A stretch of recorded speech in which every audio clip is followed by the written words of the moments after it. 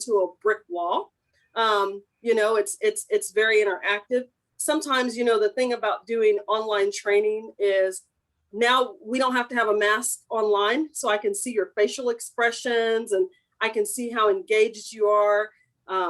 Now that we're starting to get back to in-person meetings, I think we've forgotten how comfortable we've been behind a camera. We don't have to dress up. We can have our pajama bottoms on if we want to, but now we're getting back to a place where hopefully we're going to be in person and everyone's going to be accessible again. So thank you so much for having me. As I said, so today we're going to be talking about microaggressions and unconscious bias. Have you for about an hour. Somebody said I don't have a camera. That's okay if you don't have a camera. I will trust that you are paying attention and not like playing with your dog or starting dinner in the crock pot or, all the things that we did when we were working from home that we could multitask, or switching out a load of laundry in between as someone's talking and you don't really want to listen to them. Oh, maybe it was just me that did all those things, right? Because I'm a mom and I need to be able to multitask, and I was able to accomplish so much working at home. One thing that you should know is that I actually live in Independence. So I was hoping Sarah Owen would show her face so I could see who's at the Independence Community College Library. And I don't see anybody from the Independence Public Library on here either. And so I did frequent the Independence Public Library with my children when they were little, but now they're like little mini adults. So not so much anymore. So I do have the opportunity to, since I didn't have that 2-hour commute, 1 hour in and 1 hour back, I used my time very wisely at home. So a couple of disclaimers before I get into my presentation. Listen, sometimes when we talk about diversity, equity, and inclusion, it can be a touchy subject. It can be a subject that is uncomfortable for some people, and that's okay, because I want you to understand that this is a safe place. And there are no dumb questions. Feel free to ask me anything that you would like, and I'll do my best to answer it. But I'll be honest with you, if I don't know the answer, then I can't give you an answer. But I'm always happy to research it and then get back to you with whatever information it is that you are asking. So, shake it off and let's relax. Let's enjoy. Let's have a great session today, and let's dive into what we're going to be talking about. So I'm going to share my screen now. And let's do this.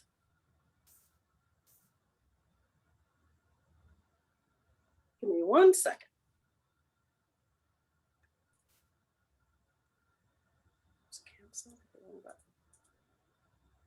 All right, so you should be able to see my presentation. Can everybody see it? Hopefully give me a thumbs up. Perfect. All right, perfect. I had to readjust my thing. So today we're talking about microaggressions. We're talking about why it matters, how it works, what is it, and what can I do about the bias, okay? Because we all kind of have a little bit of that. So first, I always like to start with a land acknowledgement, because I think it's very important that we acknowledge the land that you are either sitting on. I'm standing as I give the presentation. So I want to say where I'm at here in Crawford County in Pittsburgh, we respectfully acknowledge that we are on traditional ancestral lands of the Kickapoo, Sioux, and Osage nations. The process of knowing and acknowledging the land we stand on is a way of honoring and expressing gratitude for the ancestral Kickapoo, Sioux, and Osage people who were on this land before us.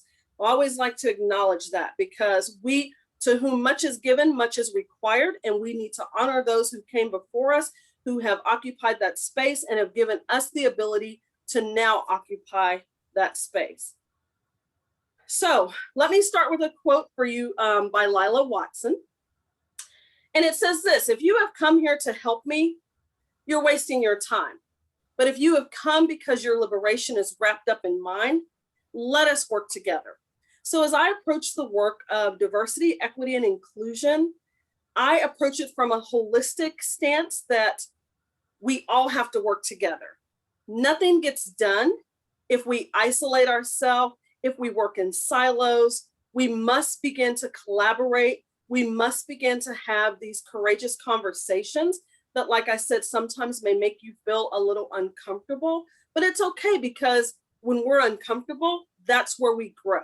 That's where we expand our knowledge base. And that's how we become better humans. So I want you, as you go through this workshop this morning, to think about, how can I grow? How can I expand? How can I become a better person, a better librarian, a better person in your community that allows access for all to be able to engage and come and participate in what you have going on in your local libraries? So I always like to start with a little activity. We don't have a very big group, but I won't spend a lot of time. But I want you to think about these questions. Who are you, right? So I gave you a little introduction about myself, not very much about myself, but I'm a mom, I'm a wife. I have 3 daughters. My last name is Rose. And early on, we adopted the name of Rosebuds for our 3 daughters. So they are Rosebud number 1, Rosebud number 2, and Rosebud number 3. And now that I see Sarah's face, Sarah Owen, my Rosebud number 1 has just accepted a job at Independence Community College. So you will get to meet her, Sarah, and she will start June 7th. So you will have a piece of my heart on your campus here very soon. We're going to be moving her back from Fort Hays State University, where she works now, to work at Independence Community College. So I was looking for Sarah's face so I could put a name with a face. So Yay. who am I? That's a little bit. Thanks, Sarah. Thanks for that. She'll be excited. So how would you describe yourself to a stranger? So think about, if you couldn't see the person that you're talking to, how would you describe yourself to them? And what characteristics, what adjectives might you use to do that? And how would your closest friends describe you, right? So maybe you have what we call in diversity work code switching. And what that means is, how you are at work may not be how you are at home or in your community or with your closest friends. So how would they describe you? Maybe like quirky, or a jokester, or maybe sometimes a little dingy, not all the way there. What are some of the things that they might say about you? And then, how did you become who you are today? And what experiences have made you, you? So think about your life, think about your travels, think about the people that you've been able to engage with, and how has that shaped who you are today? And then, how much can someone know about me just by looking at me, right? Because we know that you can look at a person and in 30 seconds you decide, I think I might like that person, or nah, I think I'll just keep moving, right? So what can you tell about a person by their appearance? And perhaps more importantly, how accurate do you think you are about that? So let's think about those questions just for like a half a second. And if anybody wants to unmute their mic and share anything at this point, I would be happy to have someone share and have a little bit of engagement with me. You can pick any of the questions. They don't have to be in order. Just pick one of those and tell us what you would like to tell us about yourself. Any volunteers this morning? I'll volunteer. It's Sarah from Independence. I like the last question. How much can someone tell just by my appearance? And more importantly, how accurately would they be? I find this every year as the quote unquote librarian stereotype. We have student athletes come in every year, and I quite surprise the football players because I am a huge football fan. Awesome. And grew up with a dad who was a coach, so I know more than they think I know. And so one of my favorite things to do is surprise them when they're talking just amongst themselves and jump into a conversation, because I think that builds like outside connections with others, other than just being like, oh, the lady who works in the library and might call me if my book's late, or I'm scared to talk to the librarian. I don't know if the rest of you find that. They're worried about talking to us. And so the more like I can jump into like just kind of casual conversations, I think breaks down that like, oh, look, she probably doesn't know anything about football or sports or anything. And I actually do. And so I like to kind of spring that on students to break the ice a little bit. Awesome. Thank you for sharing that. Anybody else? Yeah, I'd like to talk about that last question about appearance. when people see me, they assume, certain things. And what they don't know is I'm part Cherokee. And so it doesn't come across, I have the Scotch Irish look, but if you meet my dad, you would know that we have that in us. And so I think sometimes people will see someone and think there's someone, and it could be, a mix of things and different things than what most of us are. And I think it's interesting. Just something I wanted to kind of throw out. Something I'm proud of to be part of is the Cherokee Nation. And awesome. And, thank you, Eric. Anybody else? We'll have one more person if anybody wants to share anything. I like what everybody said about the last one, but also this third one, well, I guess the fourth one, that's more or less my life philosophy. I believe that there are no accidents in your life, that in my case, my creator has created me the way I am, and he puts me through things to make me the person I need to be for what he wants me to do and what he needs me to be. And those have been good things. Those have been bad things. And my stuff, people will say, well, oh, that's so terrible. That's too bad that happened to you, or all this. And it's like, no, it's not that I have good or bad. I just have different stuff than what you have had. True. And you needed that stuff in your life to make you the person you are, to who you need to be. And that's who I am. Good. Thank you, Scotty. And I know Scotty too. I'm an adjunct instructor for Labette Community College. So Scotty and I go way back. So thank you, Scotty, for sharing that. I appreciate that. All right, we're going to move on. So this is what we're talking about today. We're talking about racial microaggressions. We're going to talk about some other types of microaggressions as well. But as librarians, we know that as we think about raising children or having children in our communities, that reading is one of the fundamental things that we want young people to learn at an early age. And a lot of that takes place in schools, but it also happens in libraries through all of the different types of programs and initiatives. As I think about like community libraries, kind of like Eric, I think is at the Iola Library. So there are all kinds of maybe programs in the summer, reading groups and different activities. I know in Independence, we used to have little competitions. They got like a book that they could fill stickers with, how many books they could read. And then at the end, there's a big party and they give out prizes. And so those little incentives to get kids reading are very important. So as we think about microaggressions, I want you to think about this today. Are you committing them in front of children? And we're going to dive into what we're talking about when we talk about committing in front of children, because we know that they are very influenced by adults and the things that we say, not only what we say, how we act, and what we do. So I want you to think the view of the library, and you can add to this if you want to. These are my opinion of what I feel the cornerstone of the library represents for me and for the work I do. I believe that the library is a knowledge center. There's so much information that can be absorbed in a library. And then I also feel like this, as we are in 2021 now, people literally have access to information in their pockets, right? Their cell phones, right? They can look up anything they want to. They don't necessarily have to come through the hollowed doors of the library anymore. They can access all your databases. Most campuses, you can access all that information right from their phone. So think about the importance of what they have, what they're carrying with them on a daily basis. But also think about the library that you have repositioned and you've repositioned, and you're a regenerated hub of knowledge that's building in a diverse world, right? So I think about here in Pittsburgh. I'm a Pittsburgh State graduate, and I remember being here 20 years ago. We couldn't even take a drink in the library, right? And now there's like whole coffee shops in libraries.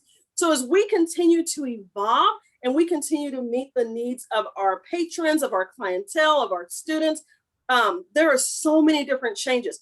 I always joke with people, if you ever get a chance to come to Pittsburgh and go up on the second floor, our decorations up there, Dr. Roberts is on the call, but I always say it makes me feel like I'm at Target because of the bright colors that they use. And if you know Target, the reds, and it just feels so inviting up there. And so that is us being responsive to the needs of a diverse world, a diverse clientele.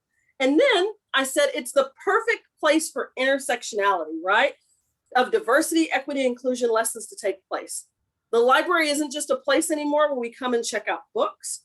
It's a place where we can have speakers, where we can do different types of activities, whatever that may look like for you at your particular libraries. Know that there are all different types of people who are walking through those doors.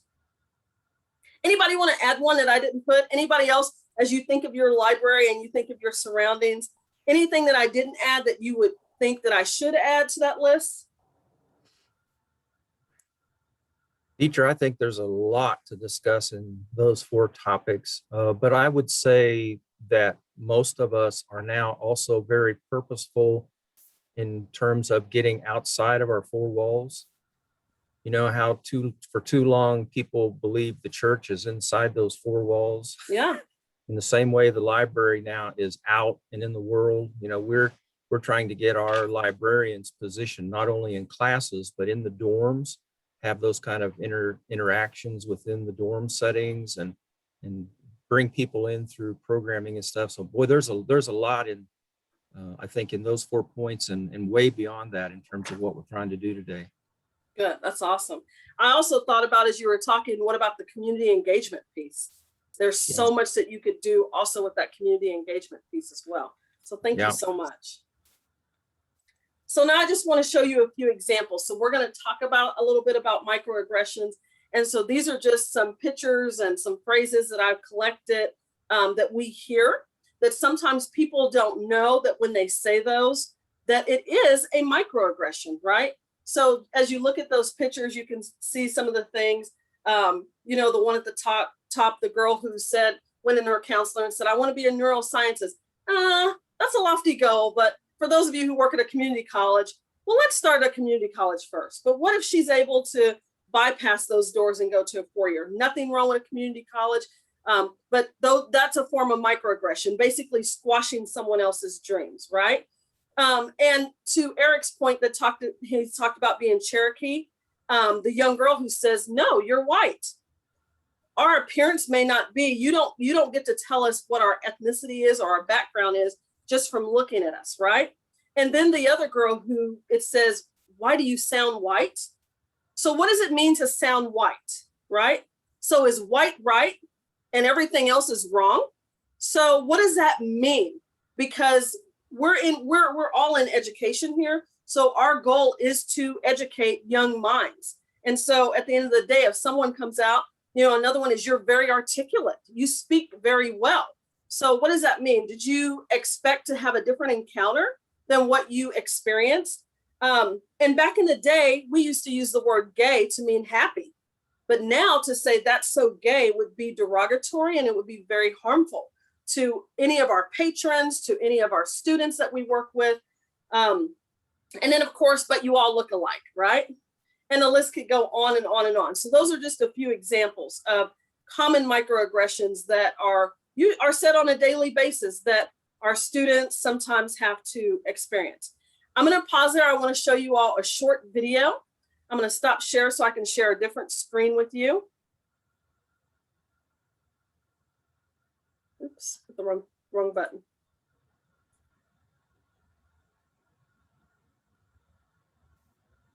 And this video has no sound, so you're just watching the video, okay?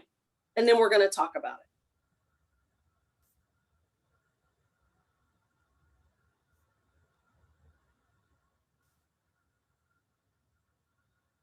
Can you all see it? Okay.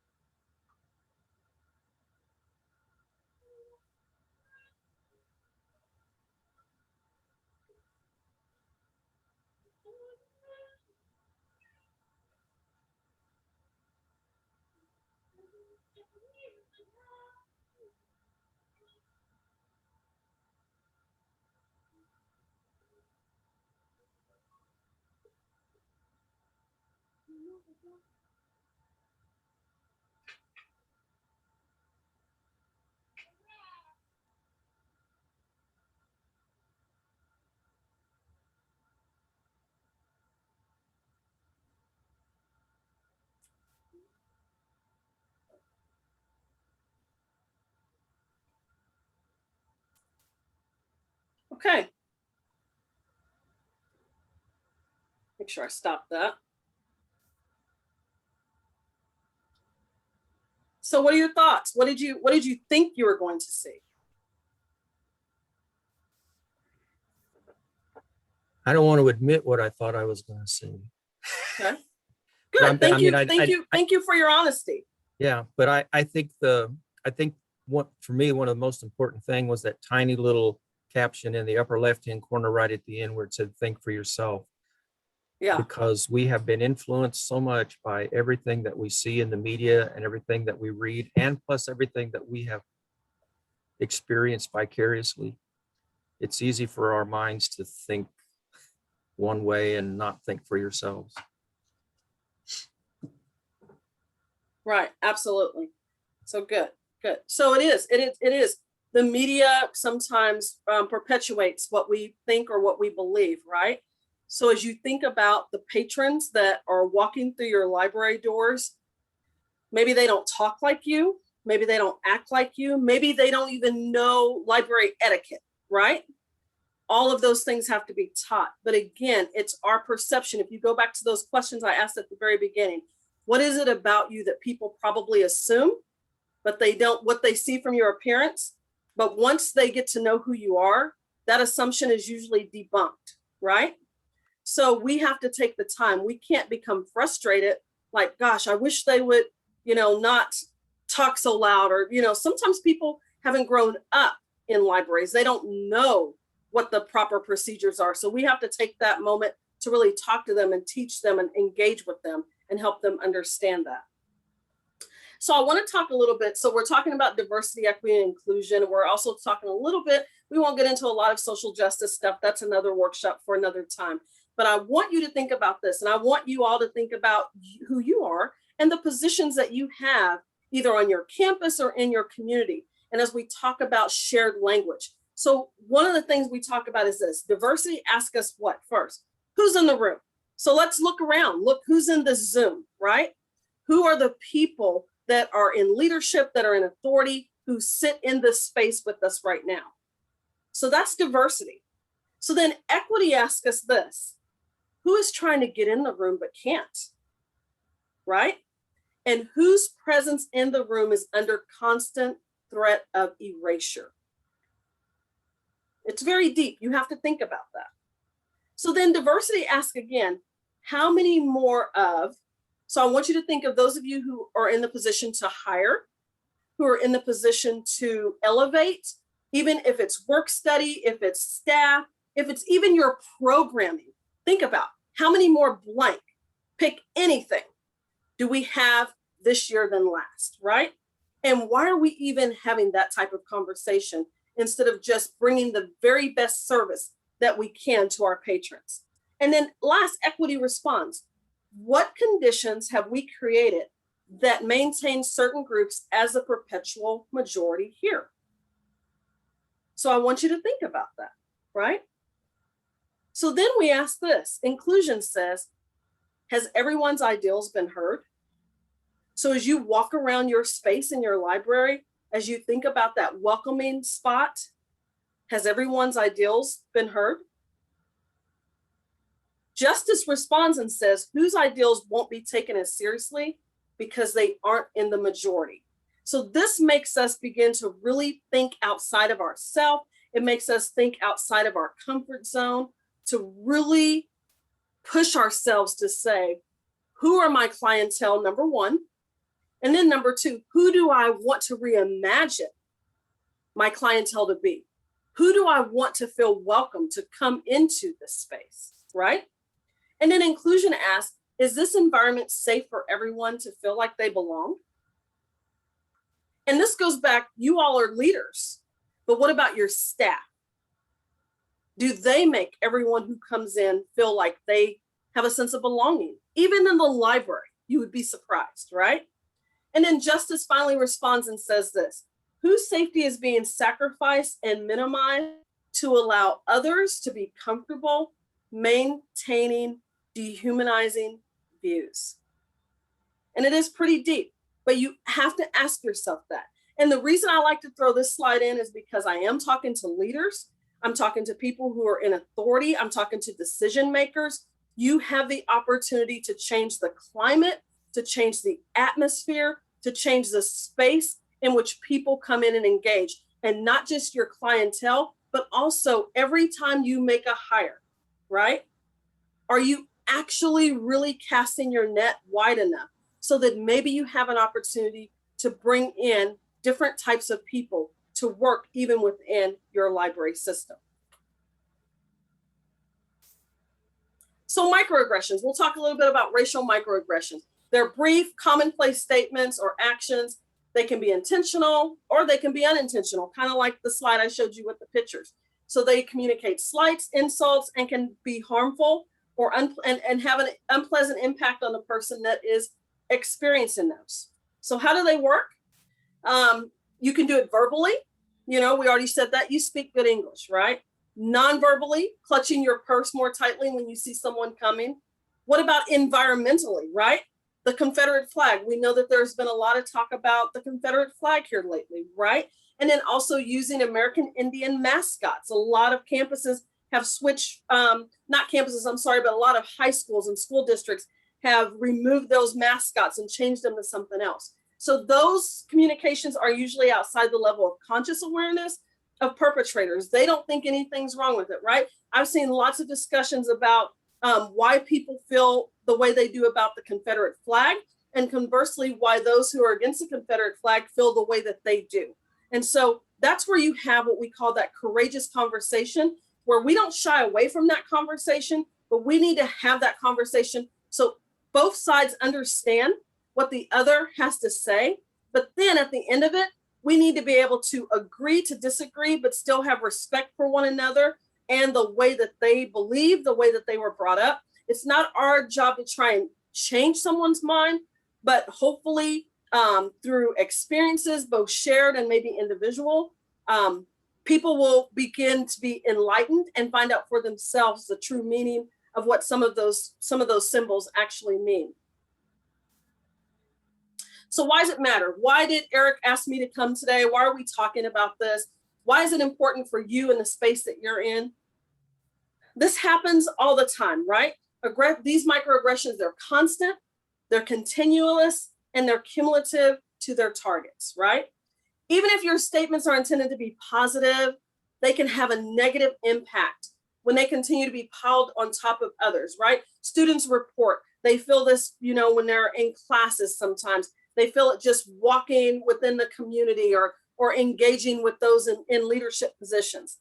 Studies also reveal that racial microaggressions have powerful detrimental consequences, especially for our people of color or our marginalized group. They've been found to affect mental and physical health of recipients. They can create a hostile work or campus environment, low work productivity and problem-solving abilities, and be partially responsible for creating what we call systemic inequalities. So that's why we're talking about this, and that's why it matters. You may be sitting in a place where you are the majority, but it's very important that you begin to open your eyes and gain a consciousness for those who have been, excluded, who haven't been part of the conversation. And how can your voice help perpetuate change as we move forward? So I have another short video I want to show you that kind of helps explain a little bit more about microaggressions. Sometimes I think it's good for you to see. And this one, I apologize, the sound is pretty low, but it has subtopics, so hopefully you can hear it.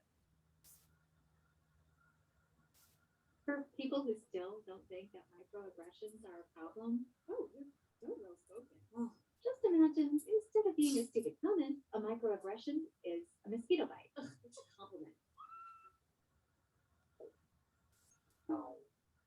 Mosquito bites and their itch are one of nature's most annoying features.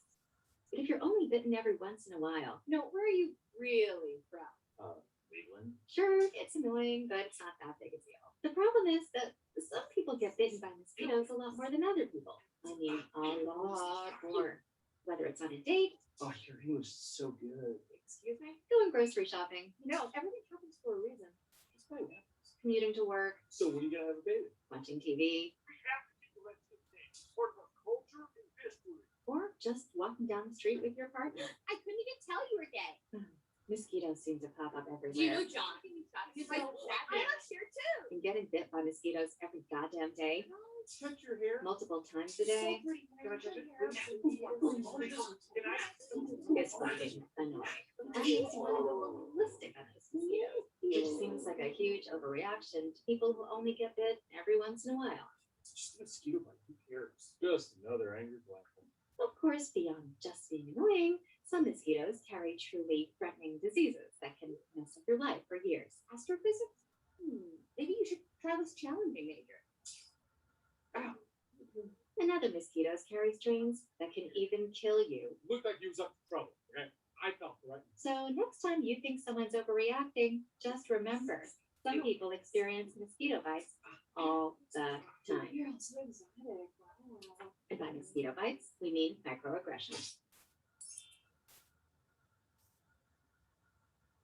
Sometimes I like to show because I think it paints a better picture so people can understand what it is we're actually talking about. So I don't know if that helped you. Do you feel like thumbs up, thumbs down, help you understand a little bit more about what we mean by it? It happens all the time. It's very cumulative. And after a while, it just does get downright annoying, right? You don't want to continue to have to answer questions or deal with that all the time. So that's something that maybe some of your students, some of your patrons deal with over and over and over and over again. Let me share my screen again.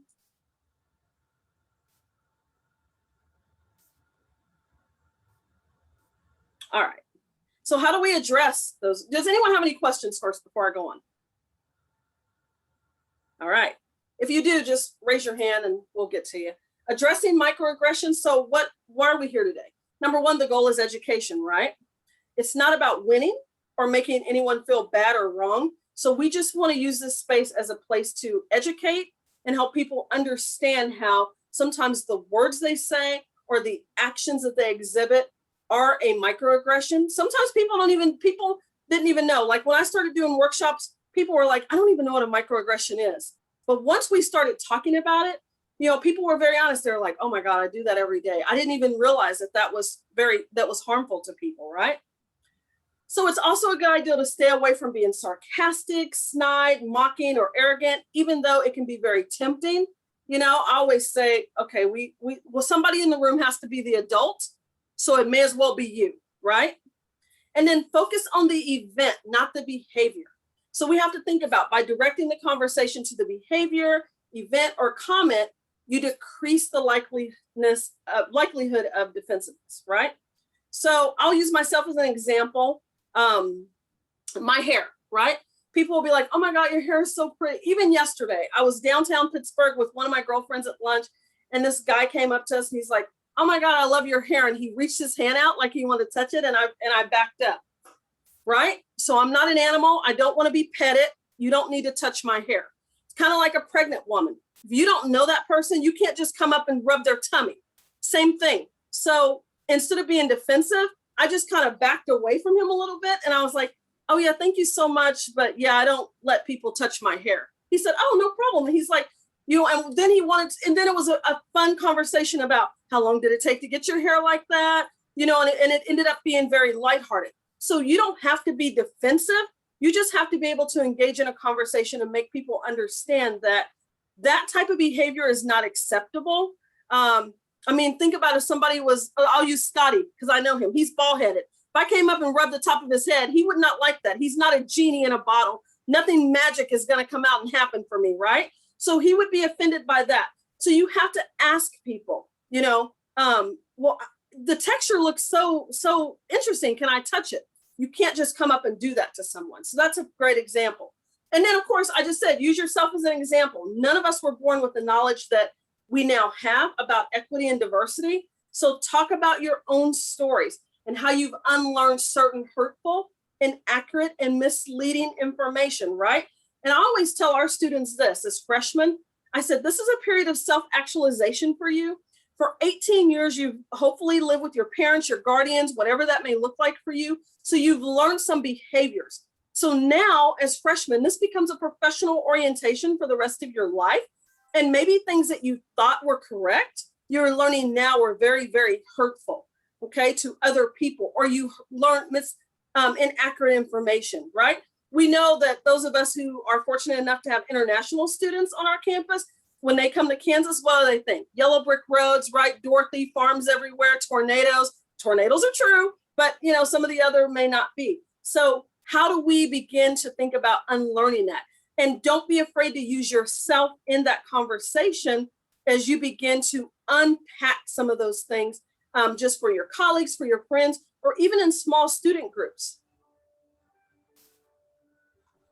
So how does it impact our community and the patrons that you serve in the library, right? It creates an uncomfortable environment, and no one likes to feel uncomfortable, right? You know, like at the beginning of a Zoom when it's all quiet, Eric, nobody's talking. It's like that uncomfortable feeling, right? And it can cause a person to experience it, additional undue stress. Anxiety can begin to happen to them. And people can become physically sick, you guys, from stress, from anxiety. We haven't even talked about COVID-19 and the stress and anxiety that so many populations felt, but it can definitely affect your health. Community members and patrons don't feel like they belong or included in your space.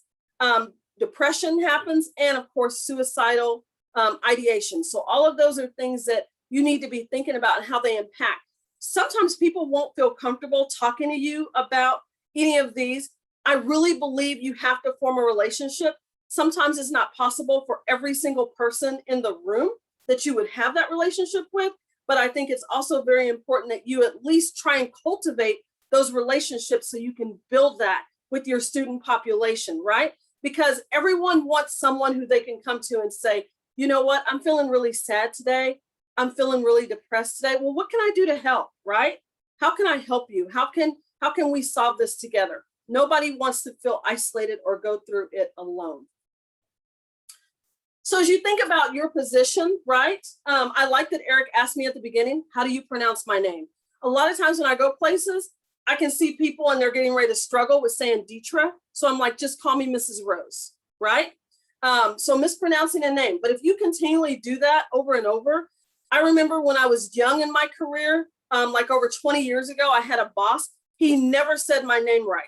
And I was young, so I wasn't as confident and as sure as I am now. So I just let it go, right? I never said anything because, you know, when you're young and you're also a marginalized person, you don't want to create any type of hostility in the work area. So I never said a word. But one day we were in a staff meeting, and I'm ever so grateful for this staff member. And in front of the entire group, he said my name and it was wrong, and I didn't correct him. And another staff member who happened to be majority said, okay, so have I been saying your name wrong all this time? Because I thought your name was Deetra. And I said, yeah, that is my name. He never mispronounced my name again. So I'm grateful. And so that's what it means to be in the majority population, is that sometimes you will see things happen to other people, but they're too afraid to speak up for themselves. And because you are in the majority population, most of you on this call, you have more authority. You have more, people look at you in a higher status.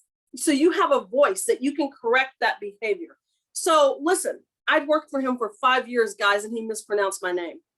Yeah, seriously, real talk, that happened. So referring to a person by the wrong pronoun, right?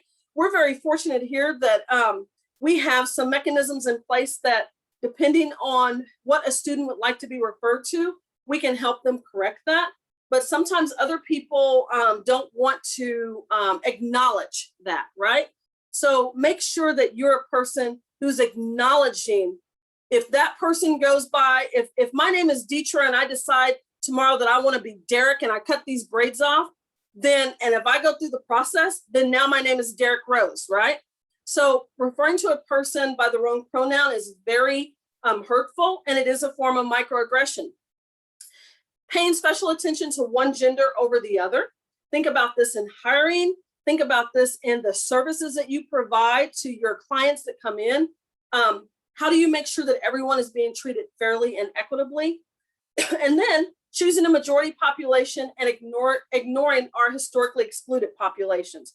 Okay, again, happens in hiring all the time. I participated in a webinar the other day, and immediately I could feel like a gut punch in my stomach, because the scenario was there were two different higher ed managers, and there were like 30 people who had applied for this position. One higher ed manager was a Hispanic woman, the other was a white man. Then they had to pull those applicants and rate their top three. The Hispanic woman rated all three of her top three other Hispanics, a man, two women. The white guy, who was a higher ed professional, rated his top three as three white men. Now, the person that those resumes then went to was a white woman. She was quite conflicted. She called a colleague in and she said, I want to talk to you. She said, I'm really struggling with this. And she presented the three resumes from the Hispanic colleague, the three resumes from the white colleague. She never questioned once that the white colleague had presented three white men, but she did question, why did the Hispanic colleague present three Hispanics? You see something wrong with that? It should be the best person for the job, whether they're Hispanic, Latino, white, Pacific Islander, Native American, whatever it may be, LGBTQIA, who are the best people? And that's why sometimes we have to take a little bit of objectivity out of this and stick with a standard rubric so we know that everyone is being treated fairly when it comes to hiring. So again, choosing a majority population. That was a scenario that during our webinar, we had to work through, we had to talk about it, we had to synthesize, why this person chose these three, why this person chose these, and why it wasn't even questioned that he chose the three white men. So that's what we mean by choosing a majority population. So I want you to think about this. I've been talking a whole lot, so I want to hear from you a little bit. I want you to think about it. Is there a time that you've ever committed a microaggression? And what was that underlying message? How did it make you feel? And what did you do? Or maybe flip that, describe a time you experienced a microaggression, so it was toward you. What was that underlying message and how did you feel, or what did you do? Does anybody have one that they would like to share?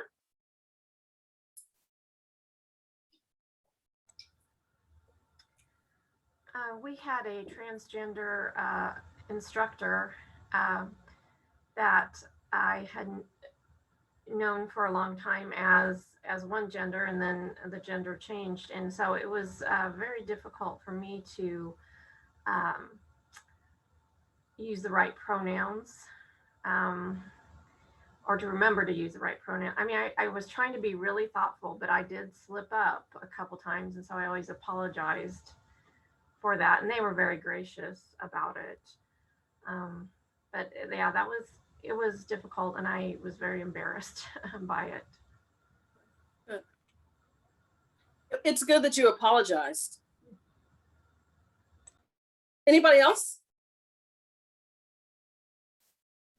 I had one that happened to me was, oh, we'll let Scotty do the flowers because he can arrange them good. And it's Okay. like, maybe I can, but just because I am a gay man, it doesn't mean that I am a flower arranger perfectly. I Sure. also do other things that I'm able to do better, just as well as arrange flowers. So that was, Sure. But sort of like you, it was a close family member. And so it was like, okay, I'll do it, and I'll just be quiet right now. Right. Good. So that's how I handled it. Anybody else? That's a good one. Thank you, Scotty.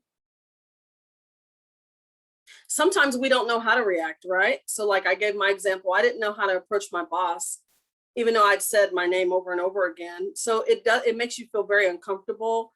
It makes you have a little bit of anxiety when you go into that space. All of those things can happen to you. But I did a workshop about a month or so ago, and I had a group ask me, a young girl asked me, she said, what if I'm in a large group and a microaggression happens and I'm not comfortable with it? And I told her, I said, well, by all means, don't take on the group. But I think if you can pick out one person that you have a relationship with in that group and pull that person aside and say, for example, hey, Judy, when such and such was talking, geez, it made me feel uncomfortable. I don't know how you feel, but that was pretty hurtful to that group. And then if Judy's like, yeah, I felt the same way, but I wasn't sure how to say it. Now it's you and her together. And now it's not like you're ganging up on the person, but at least you know that you weren't the only one who felt that way. And now you have a little bit more confidence that you could go to that person and say, hey, you know, the other day when we were all laughing and joking, you kind of said an off-color joke about a group of people. It really made me feel uncomfortable. And, you know, I just would hope that you wouldn't talk like that around me or really think about the impact of the words that you're saying. So I think there's some ways you can handle it. But I think also when you're young and you're just starting out, you know, I use my daughter as a perfect example. You know, she's a recent graduate, you know, had her first job, you know, at a university, you know, I said out at Fort Hays, you know, and she would always call me and say, Mom, I don't know. I hear it, but I don't know what to do because again, she's a young professional and she's way out there by herself and she wants to have friends. But sometimes things happen. And so one example is when they went to a Mexican restaurant, there were 4 of them. Her friends had come here from Southeast Kansas and they went to Colorado for a vacation. And when they came back, they stayed at her house before heading back to Southeast Kansas. So she said, oh my God, I've been to this great Mexican restaurant and I want to take you there. Well, here's the difference. She went the first time with all of her coworkers at Hays, which are all white women, and her. This time she goes back and it's herself as an African-American and all her African-American friends. It was 5 of them. They were seated in the very back of the restaurant. They were ignored for over 20 minutes, weren't even given water, weren't given menus. And she was, her friends were beside themselves to the point of being angry where they should have just really gotten up and left. But they went ahead and stayed. She got up and went up to the front and said, is anyone going to help us? You already set us back here in the corner. Now no one's asking us if we don't even have water, nothing. And so then the manager was like, oh my God, I'm so sorry. We didn't know you were back there. And then they got service. Well, what I told her, I said, it was on a weekend. I said, what you have to do, Cortland, now is on Monday morning, you call that restaurant and you let them know the service that you received on Sunday. I said, because a lot of time the owner or the manager, they're not there on the weekend. They've given it to like an assistant manager or someone like that. And you have to let them know the service you received over the weekend. The owner was so appreciative that she called. He apologized, of course, and then turned around and gave her a $25 gift card, which she still hasn't used, which I'm like, we're going to need to use that since she's moving jobs now. But if you don't let people know about the service or the behavior that happened to you, it will never be corrected. Sarah had her hand up. Go ahead, Sarah. Unmute your mic. There you go. Okay. I kind of put it in the chat that I see the students struggle with this because not only of moving to Southeast Kansas, a lot of them come from much more diverse backgrounds, but also there's a power difference between a student and a faculty or staff member. And I think that's where we have to be advocates. I struggle with it because I'm not a very confrontational person. I don't like that. I'll solve the problems as they come, but that's something I need to work on is not calling people out, but trying to correct situations in a kind and understanding way. But I struggle with that. And I know like I need to get over that struggle, but it's just hard for me. So, but I do recognize that, especially with our students, when they're dealing with either somebody in an office situation or in the community when they come to a less diverse area. I've had several students who have had not the best experience sometimes when they're out in the community. And I need to learn how to guide them into a productive way of dealing with situations that they may come across. Sure. And that starts by me having to learn that as well. So True. Good. Eric had his hand up. Okay, you can hear me. Yeah, I wanted to cover the idea of religion and non-religion, because I faced being non-religious, some aggression. And people assume since my dad was a minister that I'm religious. And I see that happening a lot. And I also am very sensitive to when people are religious. I defend them sometimes because I feel like other people are. So I wanted you to address that. Could you address that issue? Absolutely. And we have talked about that a lot. Our campus just participated in a campus climate survey, and one of the areas in our survey dealt with religion. And we know that we're kind of in the melting pot here. We're kind of in the Bible Belt, if you will. And so one of the things we've talked about is just showing respect for all. And how that happens is we have to start having those conversations. You know, it's very easy to say, oh, what'd you do for Easter, Eric? You know, but sometimes Easter could be secular too, because the Easter bunny really is not part of Christianity. But we know that people with little kids like the Easter bunny to come and bring candy and whatever. But I think we have to be, that happens in cultivating relationships with people and having a mutual respect for one another. And the only way that happens is through dialogue. You have to let people know what you believe. Believe it or not, I have a very good friend who's an atheist, and we respect, my husband is also a pastor. So we respect each other very well. You know, we know what our lines are. We know the conversations that we can have and what that looks like. But again, it's a mutual respect that you have to have for each other. Once you share with people, hey, you know, I'm agnostic or I'm whatever term that you like to use. I'm a non-believer, whatever that looks like. You know, I'll be like, okay, man, that's cool. I respect you. You respect me. That's one of those things where we talk about, we agree to disagree and we go our way. I have my belief, you have your belief, but it doesn't mean that, Eric, I can't have lunch with you, that I can't have a conversation with you, and that I can't collaborate with you. It's about being adult, of being professional and knowing where those lines are. So I think it's very important, but it's up to you to begin. If someone is talking a lot about religion at work, it's up to you not to do it in a group. I would never do that because I feel like it's intimidating, but I would pull that person aside. I'll give you an example. One of the girls who works for me, she is a devout Christian. She works here on our campus. So she does a lot of, we have a lot of churches that do outreach to the college students. So she is in a group chat with a group of students. She invited them to a weekly Bible study. One of our students was offended by that because she's a non-believer. She personally emailed that person and said, please do not put Christian things in the chat. This chat was created for organizational functions, not for Christianity. And it was very offensive. And it was handled. Boom, done. No more things in the chat about that. If someone has an interest and wants to participate, then they can go and find out that information for themselves. But where we work should not be a vehicle for us to recruit or have enhance or bring people into what we believe.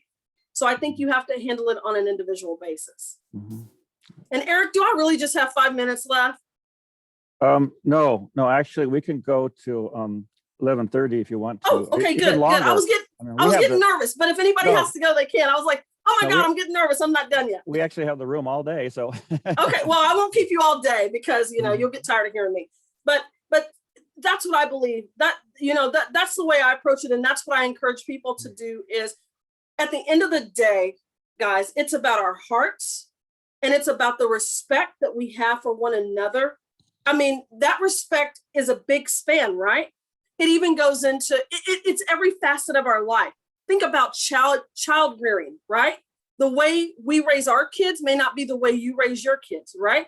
Maybe you don't believe in spanking and someone else believes in spanking, right? Maybe you don't believe in allowance and someone else gives their kids a weekly allowance. So as you start thinking about all of those differences, we can't begin to engage in that type of conversation. We just have to have a mutual respect and a working relationship with each other. But we have to be able to keep the door open. There can't be a time where you know, we cringe up because, oh God, here comes Sarah and she's gonna start talking to me about God again. You know what I mean? But you go to Sarah and say, hey, Sarah, you know, my belief is just really not as strong as yours. I admire you for your faith, but I'm just not there yet. And sometimes when you talk about it, it just really makes me feel uncomfortable, but I really like you and I enjoy being around you, but it just makes me uncomfortable. Do you think we could talk about other subjects? And Sarah, being the professional that she is, even though I just met her an hour ago, would say, absolutely. I'm so sorry. I didn't know that that offended you. Let's talk about something else. Talk about students, talk about activities, talk about engagement. There's so many other things that you could bring into that space, but we have to be able to be open and courageous to talk about those things with our coworkers so that they understand where we are. So we can't just hold it close to the vest. We have to be able to communicate that. Does that help you, Eric? Thank you. Anybody else before I move on? All right, so I like to throw in a quote every now and again. So we're only blind as we want to be, right? Maya Angelou. I like to use this quote. I have this on my refrigerator at home. Well, I only have one kid left at home now, but if the trash is overflowing, we're only as blind as we want to be because mom or dad will empty it, right?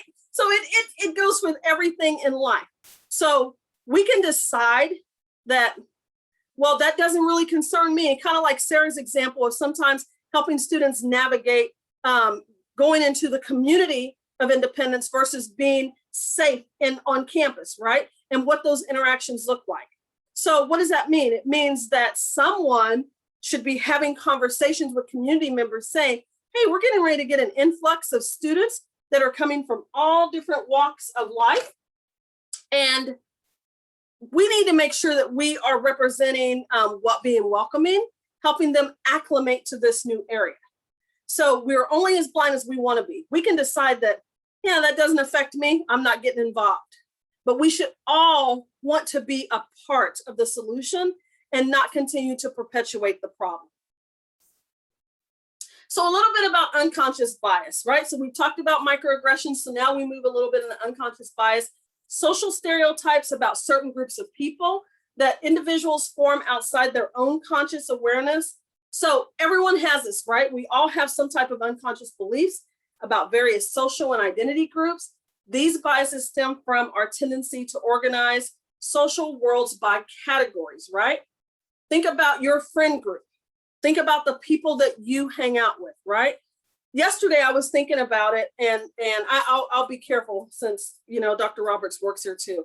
I was in a meeting. It was a in-person meeting on campus, and it's amazing to me. I got there early, and I wanted to do like a little experiment. I wanted to see the friend groups, right? Because I'm in a new division now. I've moved from academic affairs to student affairs, and I wanted to see if anybody's going to sit by me. I know that sounds elementary, like who's going to eat lunch with me, but those things kind of matter, right? No one sat by me. Now, does it mean that they don't like me? No, it just means that they probably don't know me yet, right? But then turn it back on yourself. Well, you didn't sit by anybody either, right? So we can't always play the blame game, but I wanted to see a social experiment that when people come in the room, I wanted to see what are the natural groups that are already in this division, and then decide, well, which group may I be able to fit into if I'm even asked to fit into one, right? So we naturally do that. We eat lunch with the same people every day. We talk to the same people every day. We drink coffee with the same people. But I challenge you to try and get out of that and find other people that you might want to engage with. So unconscious or implicit bias describes associations or attitudes that reflexively alter our perceptions. Thereby, they affect our behavior, interactions, and decision makings. Again, right? Think of everything we do, the ability to interact with others, the ability to, maybe you have the ability to hire people, to, even if it's work study or if it's actual staff or employees in your libraries. How do you form that decision? What does that bias look like for you? Do you really, truly look at a resume and decide, or is it already kind of decided before you even take that next approach? So this is a fun one. No matter how open-minded, socially conscious, anti-racist I think I am, I still have some old learned biases I need to examine, right? All of us, each of us. It's my responsibility to check myself daily for my stereotypes, prejudice, and ultimately any type of discrimination I have, right? And remember earlier in the slide, I said, Don't ever be afraid to use yourself. So here's one where I'll use myself, right? I have 3 daughters, okay? This is something that I tell my kids, right, wrong, or indifferent. And maybe this is one of those things where I need to check my own stereotypes. I'll go back a little bit. Let me give you a little information. So in this, when I met my husband, before the very first thing I asked him, you got the women in here might laugh, maybe the guys too. First thing I asked him, I met him right here on this campus on the first day of school in 1993. We've been married 26 years this year. First question I asked him after his name is, do you have any kids? Right? As an African-American woman, that's important to me, okay? Because my parents have been married for 45 years to each other, and I did not want to engage with anyone who was bringing in what I would call baggage into our relationship. First question I asked, he said, no, I don't have any kids. I was like, okay, we can proceed then, right? So I have taken that attitude with my kids. I've told them, my oldest daughter, my oldest is the only one. The other 2 are too young. I don't want you dating anyone who has kids. That's baggage that they're bringing in. Now, is that prejudice? Absolutely. Is that stereotypical? Absolutely, right? So I have to take responsibility for the way I feel because of how I was raised. I don't want my kids to have to deal with that kind of outside thing. Now, my apologies to anyone on here who's in a marriage of yours, mine, and ours. Congratulations, and I hope it's working for you. But for me, that is a bias that I have carried with me all these years that I have to work through myself. Now, it'll probably be one of my kids who brings home some guy who has 3 kids, right? Because I'm like freaked out about that. But so that'll be the lesson on me that I'm going to have. That's the thorn that I'm going to have to carry with me. So that's what I mean by the things that we have. It's a hidden bias, right? It's a fear that we have against something that we just don't like, we aren't sure of, we don't want to be a part of. So think about your own lives and think of things that you've carried with you or experiences that have caused you to ask the questions you ask, participate in the things that you participate in, be a part of. So it's very important that you think about that because it really does affect our interactions. It affects how we live and how we work. Any comments on that? I just kind of outed myself there, but that's what this is about, right? None of us are perfect. We all have some type of bias inside of us that we have to work through. And the only way we do that is through, putting it on the table and being honest and going, yeah, I don't like that. Anybody have a comment or a question?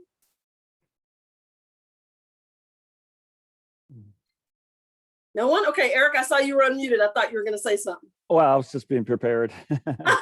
All right. To get the All right. discussion going. All right. So types of unconscious bias. So here are a few that you can think about. Affinity. All of these aren't bad. The tendency to warm up to people who are like you, right? When we walk in a room, we look for people that are like ourselves, right? That's who we want to be with. That's our group, right? That's our clique, as we call it. So that's affinity bias. Then there's halo effect. The tendency to think that everything about a person is good because you like them, right? I'll give you a perfect example. I don't know if you all saw this in the news, but a couple weeks ago in Olathe School District, a baseball coach was fired. Did you guys see this? So he used the N-word while talking to an African-American baseball player. The baseball player was playing rap music as they warmed up for the game. Well, a little tidbit of information, that coach is a PSU grad, right? Went to school with me, went to school with my husband. So people in our group, they're like, oh my God, I can't believe that he would say that. I don't think that that's something that he would do. I've never seen him display any type of malicious intent toward anyone, but that's that halo effect, right? We think that person is good because we like them. Now, I'm not saying that he did it or did he, well, he admitted that he said the word, but he said that he said it in a different context than the context that the young man reported that he said it in. Now, the Olathe School District was very swift. On Monday, they met in closed session. He was fired by the afternoon. 25 years in one school district. That's a lot, you guys. So as you think about our interactions, our thoughts, our ways, our actions, someone's always listening. Somebody's always videotaping us. Someone's always has their camera on. So we have to think about those interactions. But that's the halo effect. We always think that that person is good because we like them. As a parent, this is what I say to my kids. I only know that you're good when you're in front of me. I don't claim to think you're good when you're not, right? So that's the halo effect again.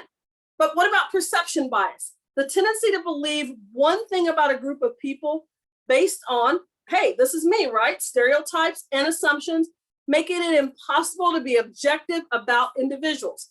I fall into that category about men who might bring kids into a marriage, right? That's that perception bias. So ask yourself, what tendencies do you have? What do you believe about groups? What are those stereotypes? What are those assumptions? Then lastly is confirmation, the tendency to seek to confirm your pre-existing ideals and assumptions about a group of people, right? Sometimes one person in a group does something wrong, and what do we say? I knew they were like that. I knew that's how they acted. Confirmation bias, right, wrong, or indifferent. Those are the types of biases that we bring into conversations with people, whether we admit them out loud or not, or just say them in our head or say them in our small little groups. We have to think about how our unconscious bias can affect other people. So how do we combat it, right? We got to do the work. That's why we're here. That's why Eric invited me. We got to reflect on our own beliefs. I always tell people, and I told our university president, everything that's happening in this country right now, it's a heart problem. And what do I mean by that is we got to check ourselves. We got to check our hearts. We got to check how we're interacting with people, what we believe or what our assumptions are about other people. So reflect on our own beliefs and begin to do that personal work, right? Establish an inclusive environment early. What does that mean? As you begin, some of you are faculty, so your summer you might be off, but as you begin to come back to campus in August and you begin to engage, for some of you who work in community libraries that are open, what does your environment look like, right? What are the opportunities that you could be more inclusive? Think about accommodating learning styles and disabilities. What kind of equipment do you have to help those students or your community members who might need some type of adaptive equipment? Make some connections with people who don't look like you. So what's your friend group look like, right? And when you have privilege, as Sarah has talked about, use it to create equity. You have to find your voice in there somewhere. And how do you do that? You do that by creating what we call allies. A few people who believe the same way you do, that are in that majority group that will be willing to go to bat for those who have been historically excluded, right? Intentionally and deliberately engage in non-biased activities. That's easy enough. Continue to be lifelong learners and then share what has been learned with others. So even today in this workshop, what have you learned that you could take back to your staff who weren't able to be here, to maybe people in your community that will help them become better lifelong learners? And then where do we go from here, right? So I like this, catalog books based on topic. Your library can only become diverse when you know what's not in there, right? What don't you have that people might want to read or want to engage with? What about your programming? What types of programs are you having? Expand learning materials, especially with COVID right now. And now Eric said he's starting to get back out in libraries. What do you have there to help people? We know that in some places students have been online and we know that the learning has been subpar at best, right? Not because we have teachers that aren't great, but we have teachers that have been overworked, overtaxed, and are exhausted. So what can you do this summer to help that student get caught back up, expand those learning materials? Emphasize diverse materials in your library, diversify the digital and physical space. So when people walk in, what do they see? Do they feel welcome in your library? And what about that community engagement piece? We talked about that earlier when we talked about what's the view of the library. Help families discover what's in a library. That's that community engagement piece. Do people even know you're there, right? And if you're open in the summer and you don't have a big traffic, what can you do to create that? Partnerships, right? If you're lucky enough to have a boys and girls club in your town or any type of rec center or something that's engaging young people, what type of partnerships can you do to help them discover the library? Make sure the presence of different languages, ethnicities, cultures, it's represented in authentic ways as soon as people enter. And then what about this? I don't know how big you are. This is Southeast Kansas. So some of you are, as I like to say with my kids, balling on a budget, right? Couple people as your staff. Send representatives to local cultural fairs and events to meet families in person.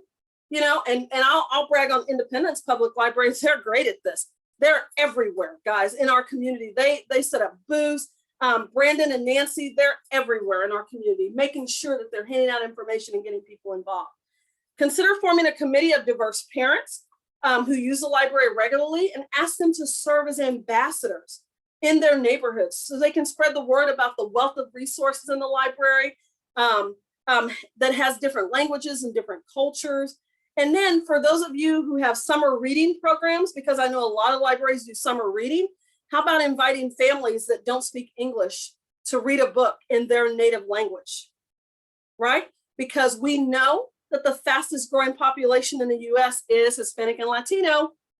So we are encouraging our students to take a second language so that they are marketable in the job field, right? You know, my daughter who I talked about, she was a Pitt State grad, went all the way up to Spanish 5. Before COVID, she was able to study abroad in Costa Rica. The year that she graduated, she was getting ready to study abroad in Europe, but of course she didn't get to go.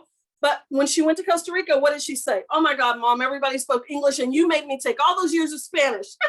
I said, that's okay, but now you have a job in Hayes America, as I like to call it, where there's a huge Hispanic population that probably helped her catapult to the top of that list. So think about that multilingual piece and how important that can be. And then I like to show this slide because I think this brings it all home for people as you start thinking about diversity, equity, and inclusion, right? Because we like to use words interchangeably. Equality, right? So look at the first picture. Equality means that, okay, we can give everybody the same. Well, those of us who work in higher ed and work in education, period, one shoe does not fit all for our population. We've got students coming from all different walks of life, right? So giving everybody the same. It's kind of like here in the summer, we said when COVID happened, we're going to have a laptop loaner program, right? Well, a laptop does me no good if I don't have internet at my house, right? So giving everybody a laptop means absolutely nothing to the marginalized person who can't afford Wi-Fi. And then equity means what? Now, let me try and meet you where you are. What can I provide for you to help you be just as successful as a person standing next to you, right? And then if I had another hour, even though Eric said we got all day, I won't do that. We could really get into liberation, and what that means tearing down the wall altogether, right? That's a whole different context, right? But then look at the bottom, same thing. Equality, everybody gets a bike.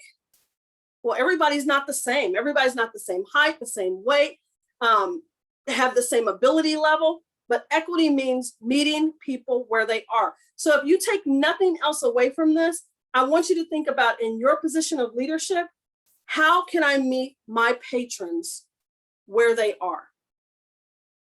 Maybe they don't even know how to use your database. And you know, Dr. Roberts said it, getting out in classrooms, getting in the residence halls. People are afraid sometimes of technology. Everyone's not coming from an Olathe or Johnson County school. Some of these kids are coming from rural areas. And then how about the inner city areas that have dilapidated equipment, right? They don't know how to use our technology. So we have to meet them. We can't be frustrated.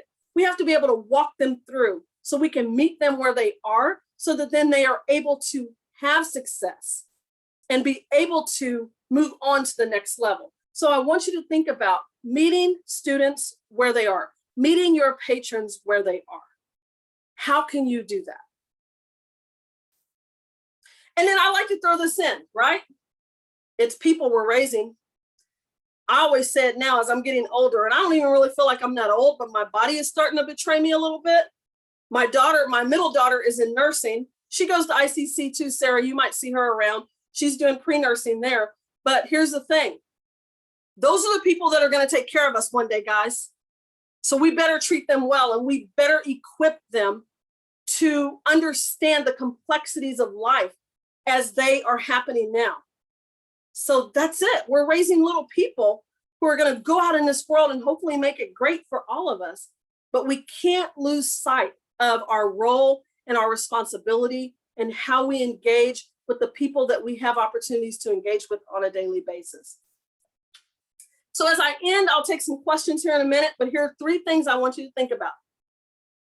Try and remember something that you learned today. Of course, Eric recorded it, so you can go back and watch it if you want, if you're that inclined. Try something new.